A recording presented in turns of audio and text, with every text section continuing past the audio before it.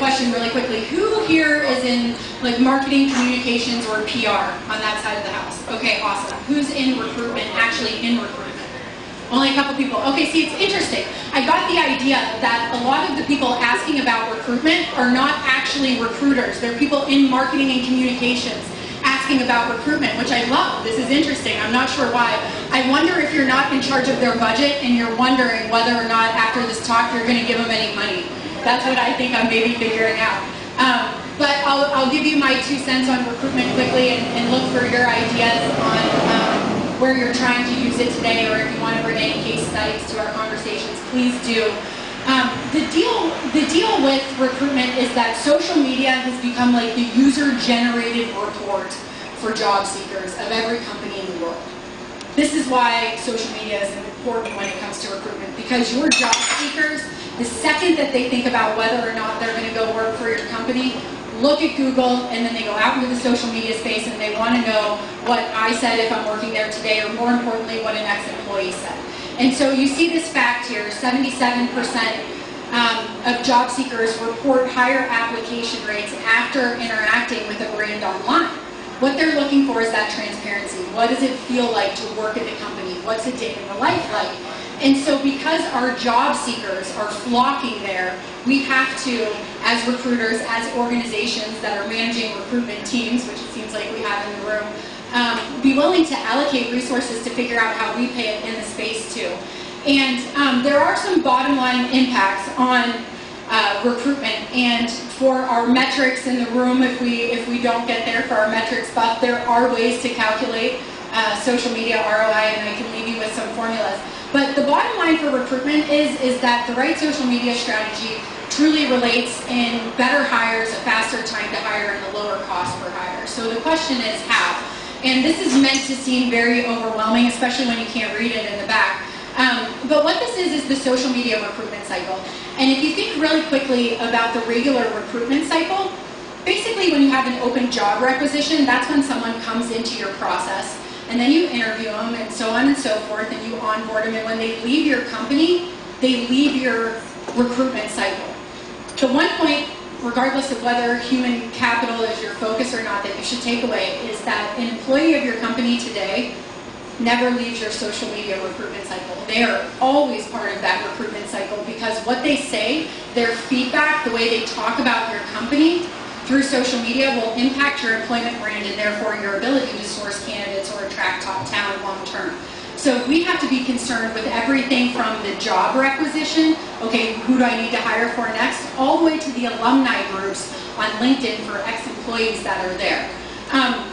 We won't talk about the internal piece today because I really want to open it up for just random questions. But there are some very significant internal benefits for employing social media in your recruitment process. Long story short, what it does is create more engaged employees. When your employees know that you really care about how they feel, they talk more. When people talk more from different backgrounds, we get cognitive diversity. Cognitive diversity helps us to solve problems more. So it's not brain science, but there are some true internal benefits.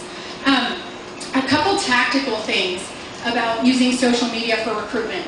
One, you can use it for sourcing for sure. This is the most popular way. But just remember that you don't just have to search on Google. You can search on Facebook, on Twitter for actual job titles and industries in addition to candidate names.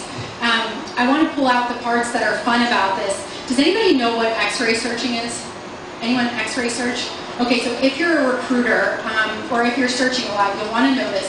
What X-ray searching is, so you can go to LinkedIn, for example, and do a search in their advanced candidate search box, and you can look for someone by industry, geography, title, so on and so forth, all this fun stuff, and pull them up. And then you can go to Twitter and do the same thing, and then you can do Facebook, same thing, so on and so forth down the line. Or you can go to Google, and I wish I had a crayon or something I could write with, and all you do is write site, colon, and then put the name of the site that you want to scan. So if you want to scan Twitter, put www.twitter.com.